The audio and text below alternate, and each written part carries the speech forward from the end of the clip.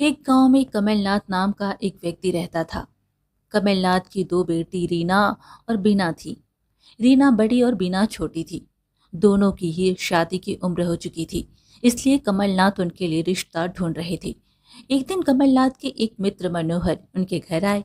कमलनाथ ने कहा, अरे मनोहर, आओ आओ, बैठो भाई, बोलो, इतने दिनों बाद कैसे याद आई मेरी। मनोहर ने हंसते हुए कहा, भाई तुम्हारी दोनों बिटिया के लिए रिश्ता लाया हूं। बस एक छोटी सी दिक्कत है। कमलनाथ ने कहा, क्या दिक्कत है। मनोहर बोला, लड़के दोनों स्वभाव में बहुत अच्छे हैं, पर दोनों की संपत्ति में फर्क है। एक थोड़ा ज्यादा अमीर है और एक ठीक ठाक है, लेकिन स्वभाव में दोनों बहुत अच्छे लड़के हैं। कमलनाथ ने कहा, हमें अच्छे स्वभाव के लोग ही चाहिए। पैसा का क्या है, आज है कल नहीं। आजकल के लड़कों को देख लीजिए, जुआ, शराब और कई प्रकार के व्यसन होते हैं। आजकल अच्छे लड़के मिलते कहाँ हैं। मनोहर बोला, नहीं दोस्त, तुम निश्चिंत रहो। उनके स्वभाव की तो मैं गारंटी लेता हूँ। दोनों एक ही गांव में हैं, थोड़ी ही दूरी पर दोनों का घर है। दोनों बहनें एक ही गांव में रहेंगी तो दोनों एक दूसरे का सहारा भी हो जाएगा। कमलनाथ बोला, ठीक है मनोहर। रीना बड़ी थी, बीना छोटी, और इसी तरह उन दोनों बहनों की शादी एक ही गांव में हो जाती है। बीना का घर थोड़ा बड़ा होता है, जबकि रीना का घर छोटा। बीना के पति के पास रीना के पति से थोड़ी जमीन ज्यादा होती है। दोनों के पति खेत में काम करने जाते हैं और रीना और बीना घर का काम संभालती हैं। बीना स्वभाव से बहुत झगड़ालू होती है। वह हर एक बात पर किसी से भी झगड़ा कर लेती है, कभी पड़ोसी से तो कभी नौकरों से। बीना के इस स्वभाव से पूरा गांव वाकिफ होता है। एक दिन बीना के घर उसकी बहन रीना आती है। बीना ने कहा एक दिन बीना के घर उसकी बहन रीना आती है। बीना ने कहा, अरे आओ आओ दीदी, कैसी हो, सब कैसा चल रहा है। रीना बोली, सब ठीक ही चल रहा है। इस बार इन्होंने खेत में बहुत मेहनत की है। मुझे लगता है इस बार की फसल बहुत अच्छी आएगी। बीना अकड़ कर बोली, एक बात कहूँ दीदी, बुरा मत मानना। तुम और जीजा जी मिलकर चाहे कितनी भी मेहनत कर लो, तुम्हें तो मुझसे कम ही फसल होगी, क्योंकि तुम्हारा खेत बहुत छोटा है ना, और मेरे खेत को देख लो कितना बड़ा है। सबसे ज्यादा फसल तो मुझे ही होने वाली है। रीना बोली, हाँ बीना, मैंने कब कहा कि मुझे तुमसे ज्यादा फसल होने वाली है। मैं तो बस इतना कह रही हूँ कि और हमेशा से अच्छी फसल होगी।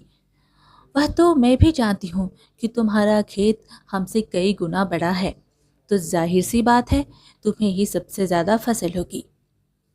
एकदम बीना बोल पड़ी, अरे तुम्हें एक चीज दिखानी थी, तुम बैठो, मैं अभी लेकर आती हूँ।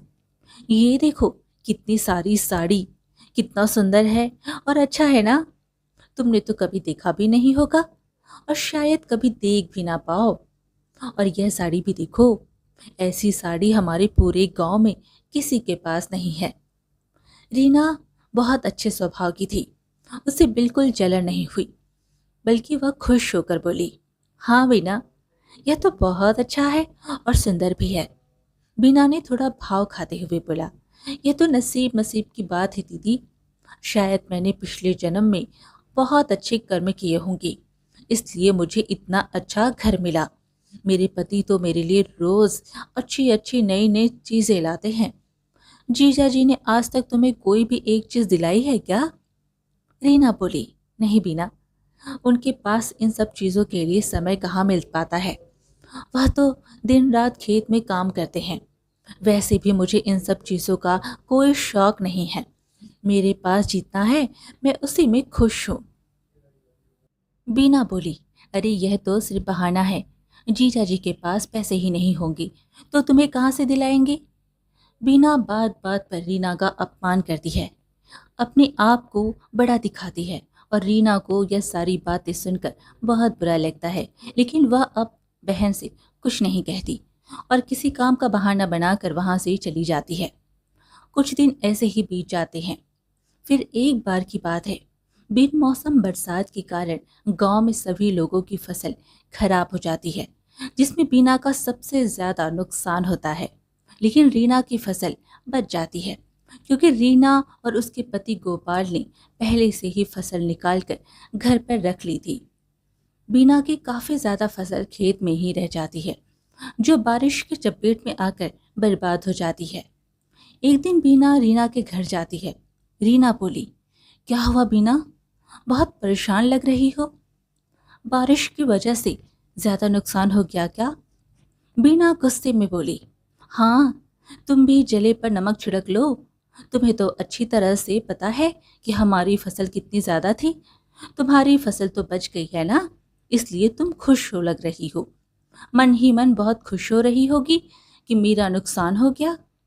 रीना ने कहा, ये तुम क्या कह रही हो बीना? मैं भला ऐसा क्यों सोचूंगी? मुझे तो तुम्हारे लिए बहुत बुरा लग रहा है। बीना बोली, हाँ हाँ, मुझे पता है। चल, मैं चलती हूँ दीदी, मुझे और भी काम है। उस दिन से बीना रीना से जलने लगती है और अपनी बहन से बात करना कम कर देती है। रीना भोलेनाथ की बहुत बड़ी भक्त होती है। वह हर दिन मंदिर जाती और शिव जी की पूजा करती। बीना को इस बात से भी जलन होती। एक दिन मंदिर में रीना प्रार्थना कर रही थी, हे महादेव, मुझ पर बस इतनी सी कृपा करना कि मेरी वजह से कभी किसी का मन न दुखे। आपका आशीर्वाद सदा मेरे परिवार पर बना रहे और जीवन भर में आपसे जुड़ी रहूं, आपकी भक्ति करती रहूं। वही मंदिर के पास से बीना गुजरती है तो वो रीना को देख लेती है। अच्छा, लगता है रीना शिव जी की पूजा करती है, इसीलिए उसकी फसल बच गई और मेरी फसल खराब हो गई। अगर इसने ऐसे ही शिव जी को प्रसन्न कर दिया तो यह मुझसे आगे निकल जाएगी, मुझसे अमीर बन जाएगी। नहीं नहीं, मैं ऐसा नहीं होने दूंगी। कल से मैं भी शिव जी के मंदिर जाऊंगी और शिव जी को मैं भी प्रसन्न करके दिखाऊंगी। बीना रीना के मंदिर जाने से पहले ही फूल तोड़ने जाती है। वह खुद अच्छे अच्छे फूल तोड़ लेती है और बाकी के फूल नीचे फेंक देती है, ताकि रीना को मंदिर में चढ़ाने के लिए फूल ना मिले। मंदिर में जाकर बीना भी प्रार्थना करती है, हे शिव जी, मैं आज से आपकी बहुत भक्ति करूंगी, सेवा करूंगी। मुझ पर इतनी कृपा करना प्रभु कि मैं इस गांव में सबसे अमीर बन जाऊं, मुझसे आगे कोई जा ही ना पाए। मैं चाहती हूँ कि आपकी कृपा दृष्टि सिर्फ मुझ पर ही रहे। प्रभु, मुझ पर कृपा करना। मैं रोज सवेरे जल्दी आकर सबसे पहले फूल मैं ही चढ़ाऊंगी। अगली सुबह जब रीना फूल तोड़ने गई तो वहां का नजारा देख के चौंक गई। अरे ये क्या, इतने सारे तो फूल थे, कहाँ गए? ये किसने किया? सारी कलियां भी नीचे पड़ी हुई हैं। तभी वहां एक औरत आई और बोली, अरे रीना, यह सब तुम्हारी बहन बीना का किया धरा है। वह आती है और फूल तोड़ कर ले जाती है और कलियां भी तोड़ कर नीचे फेंक जाती है। कल आने दो उसे, बताती हूँ। फिर दूसरे दिन जब बीना फूल तोड़ने जाती है तभी वो औरत उससे कहती है, क्यों रे बीना, तुझे शर्म नहीं आती? मेरे बगीचे में रोज फूल तोड़ती है, तू मंदिर के लिए फूल ले जाती है तो मैं तुझे कभी मना नहीं करती, लेकिन तू फूल तोड़कर कलियां भी नीचे फेंक कर जाती है। अगर तुझे फूल ले जाना ही है तो सीधे तरीके से फूल तोड़कर नहीं ले जा सकती, बाकी के पौधों को क्यों नुकसान करती है? इतने में ही बीना बोल पड़ी, तेरी इतनी हिम्मत, तू मुझसे ऐसी बातें कर रही है? शुक्र मना कि मैं सिर्फ कलियां ही तोड़ी है, तुझे नहीं तोड़ा। अगर मुझसे ऐसी बात करेगी तो तुझे भी तोड़ डालूंगी। मेरे मुंह मत लग, तू जानती नहीं है मैं कौन हूँ। गांव में किसी की हिम्मत नहीं जो मुझसे ऐसी बातें करे। आइंदा मुझसे ऐसी बात की तो तेरा मुंह तोड़ दूंगी। वो औरत बोली, राम राम राम, चोरी तो चोरी, ऊपर से सीना चोरी। मेरे ही बगीचे से फूल ले जाती है और मुझसे ही मारने की मुझे बात करती है। तुझे जैसी औरत से बात करना ही बेकार है। बीना बोली, वही तो मैं तुझे कह रही हूँ, मुझसे पंगा मत लिया कर। तो जानती नहीं, मैं शिव जी की बहुत बड़ी भक्त हूँ। अगर शिव जी को गुस्सा आ गया ना तो तेरा सर्वनाश कर देंगे। आइंदा मुझसे भिड़ना मत और ना ही मुझे फूल तोड़ने के लिए टोकना, नहीं तो अच्छा नहीं होगा। वो औरत वहां से चुपचाप चली जाती है। ऐसे ही कुछ दिन बीत जाते हैं। एक दिन बीना रीना के घर जाकर कहती है, अरे ओ दीदी, क्या कर रही हो? चलो जल्दी से पानी भरने के लिए जाना है, देरी हो रही है। तुम आती हो या मैं चली जाऊं? रीना बोली, हाँ बीना, रुक आ रही हूँ। दोनों बहनें तालाब पर पानी भरने के लिए जाती हैं। तभी रास्ते में उन्हें एक बूढ़ा आदमी मिल जाता है।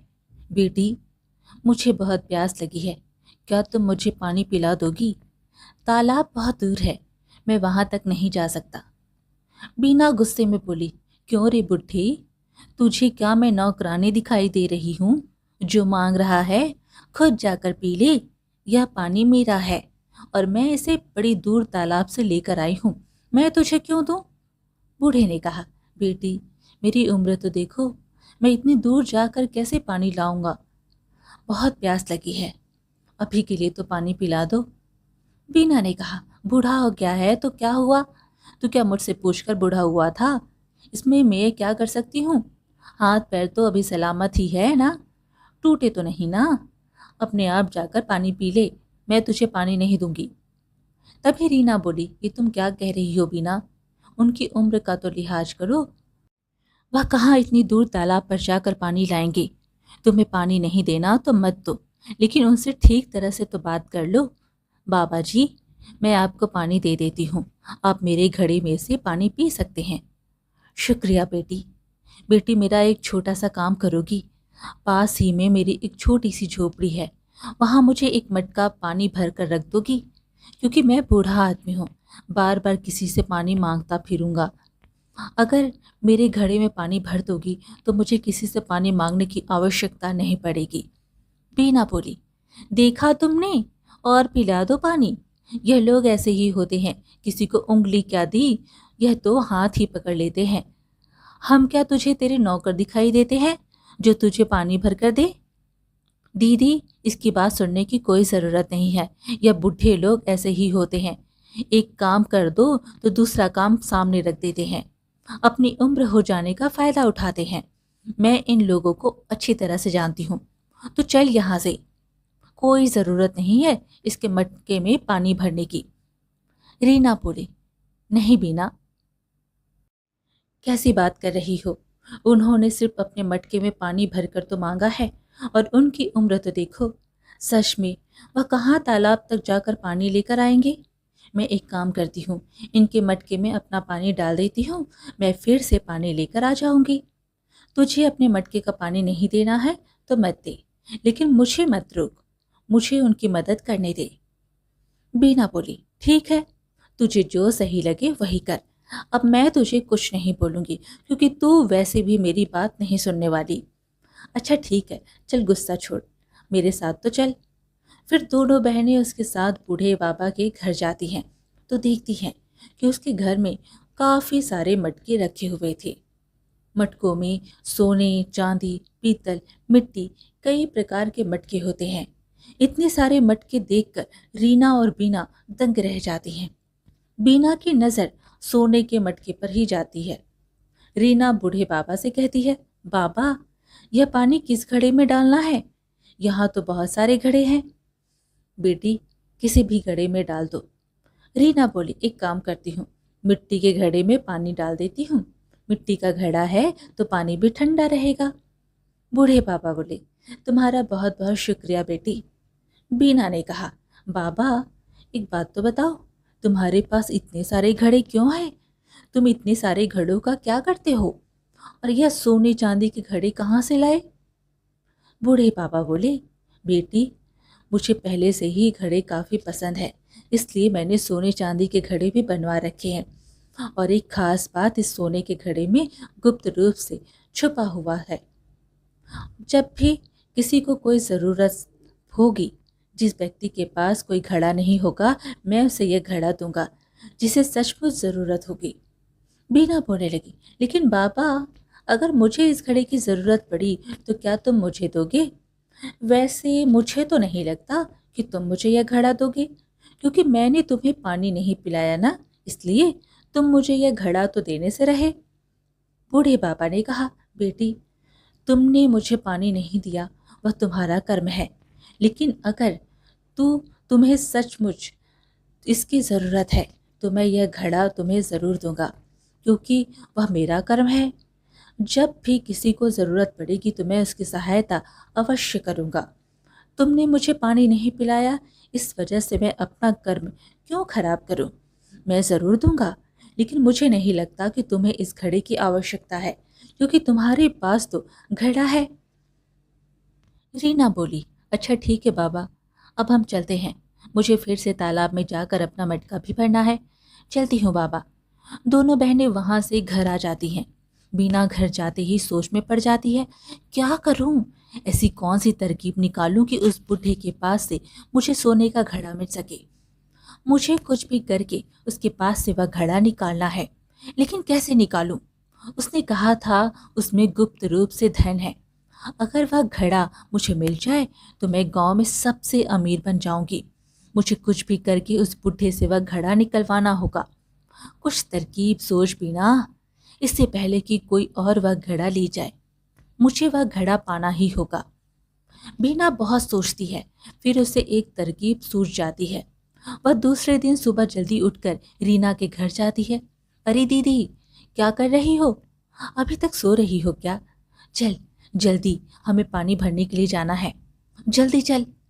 रीना बोली, अरे बीना, तुम इतनी जल्दी आ गई?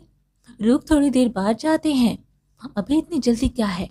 अरे नहीं नहीं, सब काम छोड़, पहले तालाब के पास चल, मुझे दूसरे भी काम है। चल जल्दी, हम पानी लेकर आते हैं। अच्छा ठीक है, मैं मटका लेकर आती हूँ। अरे दीदी, मेरा मटका पकड़ना तो ज़रा। पता नहीं क्यों आज मेरा हाथ दर्द हो रहा है। थोड़ी देर के लिए पकड़ ले, फिर मैं तुझसे वापस ले लूँगी। रीना मटका पकड़ लेती है और बिना जानबूझकर उसे पीछे से धक्का देकर दोनों मटके गिरा देती है। दोनों मटके फूट जाते हैं और बीना कहती है, अरे ये तुमने क्या किया? मेरा मटका फोड़ दिया। तुम एक मटका भी ठीक से संभाल नहीं सकती। अगर तुम्हें नहीं लेना था तो मुझे कह देती। मेरा मटका फोड़ने की क्या जरूरत थी? अब मैं घर पर क्या जवाब दूंगी? रीना बोली, ये तुम क्या कह रही हो बीना? मैंने ऐसा जानबूझकर नहीं किया। तुमने ही तो मुझे धक्का दे दिया। तुम देख कर नहीं चल सकती थी? यह सब तुमने जानबूझकर किया है। एक तो मेरा मटका फोड़ दिया, ऊपर से मेरे ऊपर इल्जाम लगा रही हो। तुम्हें शर्म नहीं आती? बीना बोली, मैं अच्छी तरह से जानती हूँ तुमने मेरा मटका यह जानबूझकर तोड़ा है, क्योंकि जब मैंने तुम्हें अपना मटका संभालने के लिए दिया था तो तुम सोच रही होगी कि यह खाली हाथ चल रही है, मैं इसका मटका क्यों संभालूं? इसलिए तुमने जानबूझकर मेरा मटका फोड़ दिया। मैं कुछ नहीं सुनना चाहती, मुझे मेरा मटका चाहिए बस। रीना बोली, मैंने जानबूझकर नहीं किया है। अच्छा ठीक है, तू कहती है तो तू मेरे घर चल, मैं तुझे दूसरा मटका दे देती हूँ। बीना बोली, नहीं नहीं, मैं तेरे घर नहीं चलूंगी। मुझे अभी दूसरा मटका चाहिए। मुझे मटका अभी चाहिए, इसी वक्त। रीना ने कहा, मैं अभी दूसरा मटका कहाँ से ला कर दूंगी? मेरा मटका भी फूट चुका है। बीना बोली, एक काम करते हैं, वह बाबा जी का घर पास में ही है ना, और उन्होंने कहा था कि जब ज़रूरत पड़े तब मेरे पास आकर मटका ले जाना। तो चल, वहाँ चलते हैं और उनसे मटका मांगने दोनों बहनें बूढ़े बाबा के घर जाती हैं। रीना उन्हें सारी घटना बताती है और फिर बाबा कहते हैं, बेटा, तुम दोनों को जो भी मटका पसंद आए तुम वो ले लो, मुझे कोई आपत्ति नहीं है, चाहे कोई भी उठा लो। बीना सबसे पहले जाकर सोने का मटका उठा लेती है। फिर बाबा रीना से कहते हैं, बेटी, तुम भी अपनी पसंद का कोई मटका उठा लो। मटका तो तुम्हारा भी फूट चुका है, तुम्हें भी मटके की ज़रूरत है, कोई भी एक ले लो। रीना बोली, नहीं बाबा, मुझे नहीं चाहिए, मेरे घर में और भी मटके हैं। बाबा बोले, अरे नहीं बेटा, मैं कह रहा हूँ ना, एक मटका ले लो, जो तुम्हें पसंद आए वह उठा लो। फिर रीना बाबा की बात मान लेती है और मिट्टी का मटका उठाती है। बीना ने रीना को मिट्टी का मटका लेते देखा तो बीना सोचती है, यह कितनी बेवकूफ़ है। सामने चांदी का मटका पड़ा है, पीतल का पड़ा है, और यह मिट्टी का मटका ले रही है। इसको तो अक्लेडाम की चीज ही नहीं है, बेवकूफ़ कहीं की। तब बूढ़े बाबा बोले, बेटी, तुम्हें पक्का मिट्टी का ही मटका चाहिए? और भी मटके हैं, तुम उनमें से कुछ चुन सकती हो। रीना ने कहा, नहीं बाबा, मुझे मटका पानी भरने के लिए चाहिए और उसके लिए मुझे मिट्टी का मटका ही चाहिए। मुझे अन्य किसी मटके की कोई ज़रूरत नहीं है, मैं यही ले जाना चाहूँगी। बाबा बोली, अच्छा ठीक है बेटा, जैसे तुम्हारी मर्जी। रीना को मिट्टी का मटका लेते देख बाबा मन ही मन बहुत खुश हो जाते हैं। दोनों बहनें घर चली जाती हैं। इधर बीना खुश होती है, अरे वाह, आज तो सोने का मटका हाथ लग गया है और उस बाबा ने कहा है कि इसमें गुप्त रूप से धन है। अब तो मैं माला माल हो जाऊंगी, पूरे गांव में सबसे अमीर हो जाऊंगी। अब मेरे पास इतना धन होगा जितना पूरे गांव में किसी के पास नहीं होगा। अभी इसमें से सोना निकाल कर देखती हूँ। जैसे ही घड़ी को उल्टा करती है, उसमें से सोने की जगह पानी निकलने लगता है, वो भी इतना कि बीना के पूरे घर में पानी पानी हो जाता है। बीना को यह देखकर बहुत गुस्सा आता है। यह क्या? इसका मतलब उस पापा ने झूठ बोला था कि इसमें गुप्त धन है, इसमें तो पानी है। मेरे घर का क्या हाल हो गया। मैं अच्छी तरह से जानती हूँ उस बूढ़े ने जरूर जानबूझकर ऐसा किया है। अभी उसके पास जाती हूँ। और जब रीना घड़ी को उल्टा करती है तो उसमें से बहुत सारा सोना निकलता है। रीना यह देखकर बहुत खुश हो जाती है। यह सब बीना देख लेती है और बीना रीना से कहती है, अरे, तेरी घड़ी में से ये सोना निकल रहा है। तू जानती है, मैं जो सोने का घड़ा लेकर गई थी उसमें तो इतना सारा पानी था कि मेरा पूरा घर तालाब बन चुका है। रीना ने कहा, लगता है तूने इसने चालाकी से मिट्टी का घड़ा ले लिया है। दीदी, तो एक काम कर, मेरे सोने का घड़ा ले ले, मुझे मिट्टी का ही घड़ा दे। बीना, तूने तो अपनी मर्जी से सोने का घड़ा चुना था, अब इसमें मेरी क्या गलती है? जो तू मुझसे मेरा मिट्टी का घड़ा मांग रही है, यह घड़ा मेरा है। तूने जो चुना था तुझे वही मिला है। देख दीदी, मुझसे जुबान मत लड़ा, तू मुझे अच्छी तरह से जानती है। अगर तूने मुझे यह घड़ा नहीं दिया तो मैं जिंदगी भर तुझसे कभी बात नहीं करूंगी। फिर तो समझ लेना कि तेरी कोई छोटी बहन नहीं है। तेरा और मेरा रिश्ता खत्म। अब सोच ले, तुझे यह घड़ा चाहिए या बहन? रीना बोली, बीना अच्छी तरह से जानती है कि बचपन से ही मुझे धन की कोई लालसा नहीं है। मैंने धन का कभी कोई लालच नहीं किया।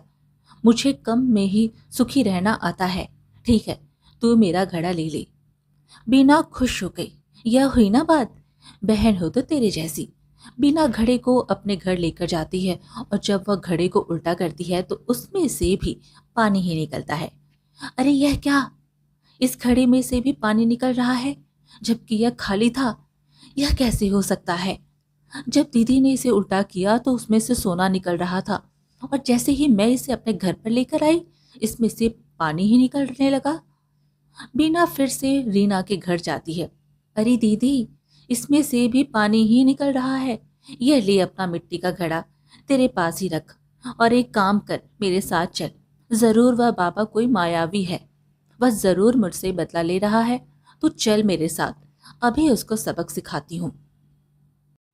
बीना गुस्से में बाबा के पास जाती है और बोलती है, यह क्या है बुढ़े, तू मुझसे बदला ले रहा है? मैं अच्छी तरह से जानती हूँ तूने यह सब जानबूझकर किया है। तूने मुझसे कहा था कि घड़े में गुप्त धन छुपा कर रखा है। मैंने घर ले जाकर देखा तो उसमें से पानी निकला और मेरी बहन के मिट्टी के घड़े में से सोना निकल रहा था। लेकिन जैसे ही मैं वह घड़ा अपने घर लेकर गई, उसमें से भी पानी निकलने लगा। मेरे घर का सारा सामान खराब हो गया। तूने यह जानबूझकर किया है क्योंकि मैंने तुझे पानी नहीं पिलाया था, इसलिए तू मुझसे बदला लेना चाहता है। अगर तुझे गुप्त धन मुझे देना ही नहीं था तो झूठ क्यों बोला? बूढ़े बाबा बोले, पर बेटी, मैंने कोई झूठ नहीं बोला। तुम दोनों बहनें जो घड़ा लेकर गई थी उसमें तुम्हारे ही कर्मों का फल था। मैंने उसमें ना तो सोना डाला है और ना ही पानी। वह सब तुम्हारे ही कर्मों का फल है। तुम्हारी बहन के कर्म अच्छे हैं, इसलिए यह उसे घड़े में सोने के रूप में उसका फल मिला है और तुम्हारे कर्मों की वजह से तुम्हें घड़े से पानी मिला। बीना बोली, अच्छा, मुझे एक बात बताओ, जब मैं अपनी बहन से घड़ा लेकर अपने घर गई थी तब उसमें से सोना क्यों नहीं निकला, पानी ही क्यों निकला? बूढ़े बाबा बोले, क्योंकि उस घड़े में से ही वही निकलेगा जो तुम्हारे कर्मों का फल है। बीना बहुत निराश हो जाती है। हे भगवान, हे भोलेनाथ, मैंने तेरी इतनी पूजा की, फिर भी तूने मुझे फल स्वरूप यह दिया। यह तो गलत बात है। बूढ़े बाबा बोले, बेटी, पूजा तो तुम दोनों ने ही की है, लेकिन सिर्फ भगवान की पूजा से ही फल नहीं मिलते। हमें वैसे कर्म भी करने पड़ते हैं। इस बात से कोई फर्क नहीं पड़ता कि तुम भगवान की कितनी पूजा करती हो। फर्क तो तुम्हारे कर्मों से पड़ता है कि वे कैसे हैं। जैसा हमारा कर्म होता है, हमें वैसा ही फल भोगना पड़ता है। चाहे वह कर्म अच्छे हो या बुरे, हमें उनका परिणाम किसी न किसी रूप में मिल ही जाता है। वह बूढ़े बाबा कोई और नहीं, साक्षात भोलेनाथ ही थे। दोस्तों, आज की कहानी कैसी लगी हमें ज़रूर बताइएगा, और साथ ही ऐसी कहानियाँ सुनने के लिए हमारे चैनल को सब्सक्राइब कर लीजिएगा। धन्यवाद।